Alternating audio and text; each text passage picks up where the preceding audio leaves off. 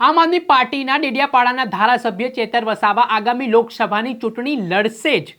કેમ આ વાત કરી રહ્યો છે? કેમ કે જેવી રીતે થોડાક સમય અગાઉ પાર્ટી હાઈકમાન્ડથી જે ગુજરાતના પ્રભારી છે સંદીપ પાઠક તેમના દ્વારા જે વાત કરવામાં આવી હતી, પરંતુ તેમણે કન્ફર્મેશન આપી નહોતી, પણ ઇશારો એ તરફ કરી દીધો હતો કે ચેતર વસાવા છે તેમની લોકપ્રિયતા વિસ્તારમાં છે, એટલે સેટ શેરિંગ જે કંઈ પણ ગઠબંધનમાં થશે ને તેઓ ભરૂચની સીટ માંગશે તેવી પૂરેપૂરી શક્યતા હાલ સેવાઈ રહી છે। તેના માટે તો કાર્યકર્તાઓની ફોજ પર હવે મેદાને ઉતારી દેવામાં આવી છે। નર્મદા જિલ્લો હોય, ભરૂચ જિલ્લો હોય કે પછી જેટલા તાલુકા હોય, તમામ જગ્યાએ આમ આદમી પાર્ટીના કાર્યકર્તાઓ પ્રચારમાં લાગી ગયા છે ને તમામ સમાજને સાથે રાખીને હવે ચેતર વસાવાના સમર્થનમાં તેઓ સમજાવી રહ્યા છે અને તેમના ઉપર જે કેસ કરવામાં આવ્યો છે તે ખોટો ગણાવી રહ્યા છે અને આ પ્રકારે તેમણે પોતાના પ્રચારની શરૂઆત કરી દીધી છે।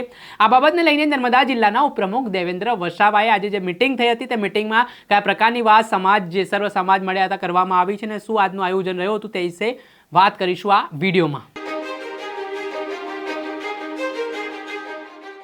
નમસ્કાર દર્શક મિત્રો, નવજીવન ન્યૂઝમાં આપનું સ્વાગત છે। હું છું ફૈઝાન।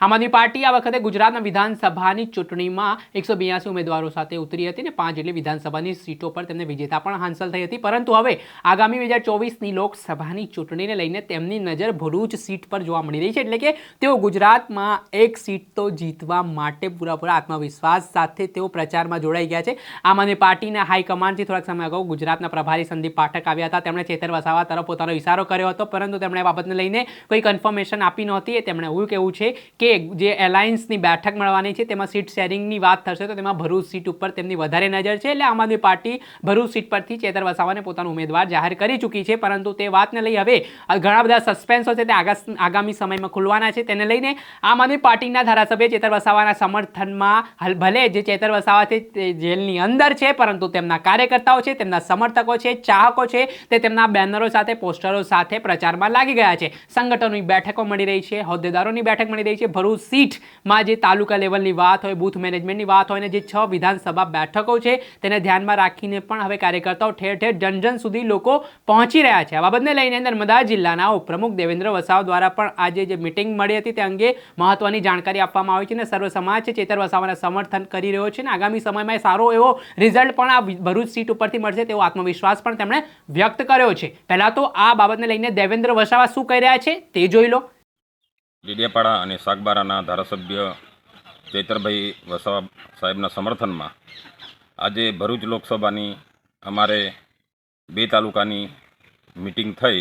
એમાં અત્યારે જંબુસર અને આમોદ મોટી સંખ્યામાં જંબુસર મુકામે સર્કિટ હાઉસે આમ આદમી તેમજ આદિવાસી સમાજ, મુસ્લિમ સમાજ, દરેક સમાજના આગેવાનો અમે હાજર રહીને અમે 7 તારીખે મુખ્યમંત્રી અરવિંદ કેજરીવાલ સાહેબ આવવાના છે એના સમર્થનમાં ચર્ચા કરી અને 7 તારીખે મોટી સંખ્યામાં ગામે ગામથી પબ્લિક લોકો આવે એ રીતના આજે અમે આયોજન કર્યું।